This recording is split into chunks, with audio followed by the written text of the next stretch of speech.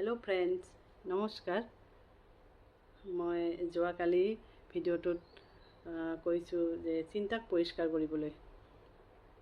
আপোনালোকে জানেনে, এটা চিন্তাই আপোনাৰ মন আৰু শৰীৰক সম্পূৰ্ণৰূপে সলনি কৰি দিব পাৰে। গৌতম বুদ্ধই কৈছিল যে মানুহে যেনেকৈ চিন্তা কৰে ঠিক তেনেকুৱাই বনি যায়। ফ্ৰেণ্ডছ, মই মাজনী শৰ্মা। কিছুদিনৰ পৰা মই মানুহক বিভিন্ন দিশত সহায় কৰি আহিছোঁ আৰু মই এতিয়াও শিকি আছোঁ বিভিন্ন ঠাইৰ বেলেগ মেণ্টৰ বা গুৰুৰ পৰা। ডিটক্স ইয়ৰ মাইণ্ড, এই কোৰ্চটোত মই শ্বেয়াৰ কৰিম অভাৰ থিংকিঙক কেনেকৈ ৰোধ কৰিব পৰা যায়, মেডিটেশ্যনৰ বিষয়ে,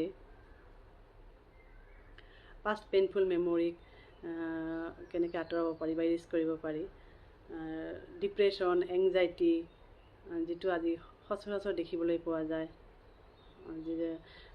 যাক বহুত বেমাৰৰ মূল উৎস হিচাপে জানিব পৰা গৈছে, আৰু ছাবকনচিয়াছ মাইণ্ডক প্ৰগ্ৰামিং কৰি ফিউচাৰ কেনেকৈ ব্ৰাইট কৰিব পাৰি, তাৰে কিছুমান অভিজ্ঞতা মই আপোনালোকৰ মাজলৈ লৈ আহিম।